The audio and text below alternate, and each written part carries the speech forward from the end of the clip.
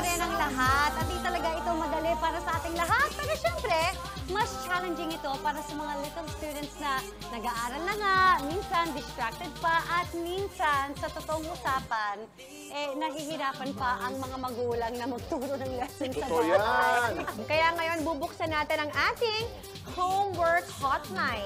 Bago to.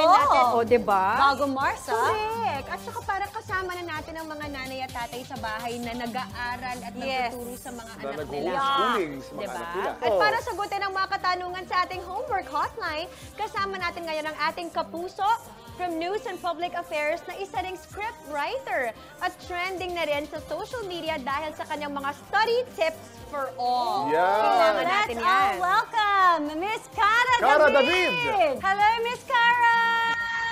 Hi! Good morning, mga Mars! Kuya Kim! Kamusta ka, Miss Cara? You're so busy! Okay naman. Medyo busy kasi full-time faculty ako sa University of the Philippines. Pero at the same time, full-time din ako sa Pinasarap, Brigada at Eyewitness sa Kapuso Network. Actually, sakto, Miss Cara. We really need your help dahil may tanong ang ating homework hotline caller. Hi mga Mars!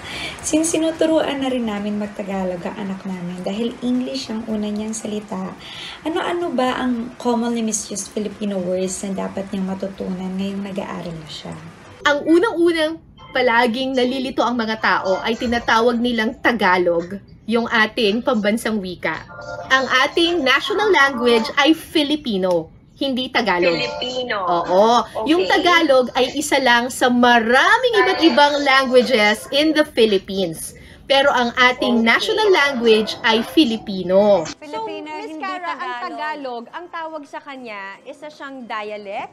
It's a language, pero yung national language natin ay Filipino. Kasi yung Filipino, pinagsama-sama na sa kanya yung mga iba't ibang mga words na galing sa iba't ibang mga languages na makikita sa Pilipinas. Is it Filipino or Pilipino? Marami rin nalilito dyan. Filipino with an F. With an F. Oo, ang ating national language. Pero tayo ay mga Pilipino. Ako, Miss Cara, I have a question. Kasi until now, nalilito ako. Yung nang na N-A-N-G at yung nang na N-G lang. Yun. Ayan, okay. Nang at nang. Yun. Yung nang na maikli, palaging ang kasunod niya, usually noun. Example, si Iya, Camille at Kuya Kim ang mga host ng Mars. NG lang yon. Ng Mars. Okay. Yung nang na mahaba, N-A-N-G, marami siyang Yes. iba't ibang usage. Yung isa, kapag ang gusto mong ipalit ay noong, when, parang nang mamulat ako sa mundong ito. Imbis na noong unang panahon, ng unang panahon, or parang para siyang pangpalit sa noong, N-O-O-N-G. Okay, So, okay. kinakailangan may kinalaman sa panahon o oras ang paggamit Yes. ng nang. Yes. Correct. May isa pang usage yung nang na mahaba. Kara. Okay. Kapag it's an adverb. Parang halimbawa, Oh. tumakbo ng mabilis si Kuya Kim. N-A-N-G yon. Nagsalita ng mabilis si Camille. So parang describing word yung next word niya. Yeah. Yes! Okay. Galing! Pero ako ang tip ko dun sa mga magulang, lagi kayong gumamit ng examples. Yes.